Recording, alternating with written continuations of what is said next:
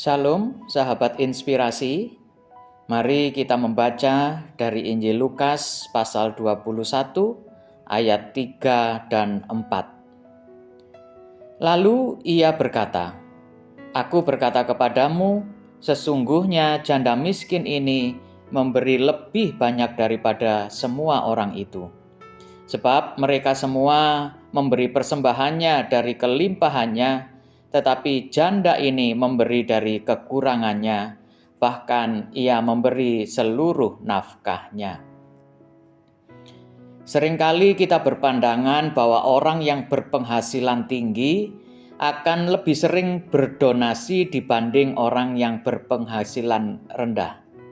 Pemikirannya sederhana. Orang yang berpenghasilan tinggi lebih punya banyak harta dibanding orang yang berpenghasilan rendah. Tapi ternyata pandangan tersebut tidak sepenuhnya benar.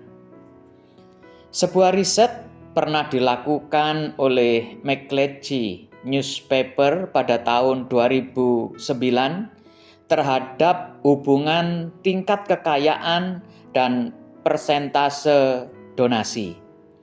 Penelitian itu membagi warga Amerika Serikat ke dalam 5 tingkat pendapatan, dari yang terendah hingga tertinggi. Nah, kelima tingkatan pendapatan ini kemudian dipersentasekan tingkat donasinya alias amalnya. Hasilnya, warga Amerika Serikat yang berpendapatan terendah memiliki persentase donasi yang tertinggi, dan sebaliknya warga Amerika Serikat yang berpendapatan tertinggi persentase donasinya paling rendah. Kemudian penelitian tersebut menyimpulkan semakin miskin seseorang, semakin dermawan mereka. Terdengarnya aneh memang. Pada prinsipnya kesediaan memberi tidak sepenuhnya bergantung pada kelebihan harta seseorang. Hal itu ditunjukkan dalam kisah Alkitab tentang persembahan seorang janda miskin. Janda miskin tersebut memberi bukan dari kelebihannya, tetapi justru dari kekurangannya. Mengapa janda miskin tersebut bisa memberi dari kekurangannya? Karena meskipun miskin, janda tersebut tidak memandang dirinya kekurangan.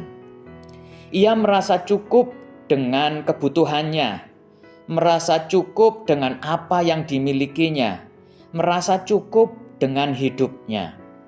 Rasa cukup itulah yang menjadi alasan janda miskin tersebut memberikan apa yang dimilikinya. Mengapa ada orang yang sulit untuk memberi? Jawabannya karena ia merasa kurang. Aduh, masih banyak kebutuhan hidup yang harus kupenuhi. Penghasilanku tidak cukup untuk memenuhi keperluan hidupku sekeluarga.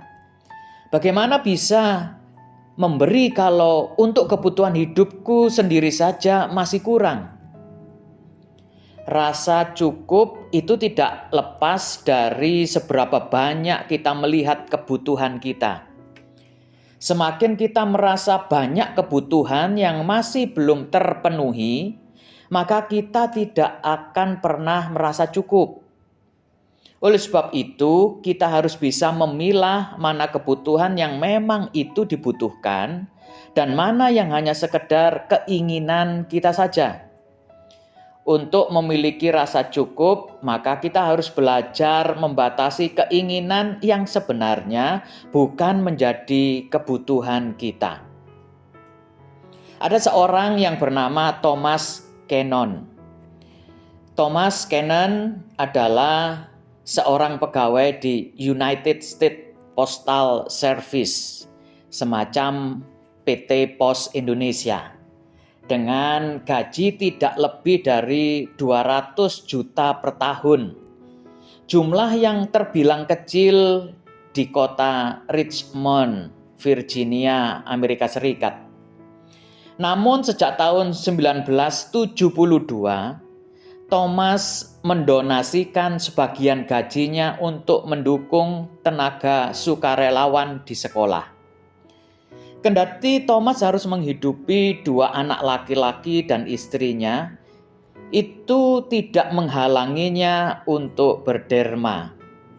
Setelah pensiun di tahun 1983,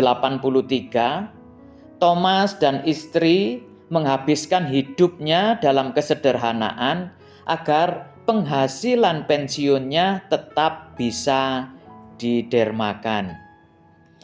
Berkaca dari renungan di atas, mari kita mengambil keputusan untuk tetap memiliki hati memberi bagi pekerjaan Tuhan dan juga bagi sesama, khususnya yang membutuhkan dan yang dalam kesulitan. Mari kita berdoa. Tuhan Yesus, kami menyadari bahwa semua yang kami miliki adalah berkat dari-Mu. Engkau menghendaki agar hidup kami menjadi berkat. Oleh sebab itu, mampukan kami untuk selalu memberi dengan kerelaan dan sukacita, sehingga apa yang kami berikan berkenan dan menyenangkan hati-Mu. Amin. Tuhan Yesus memberkati.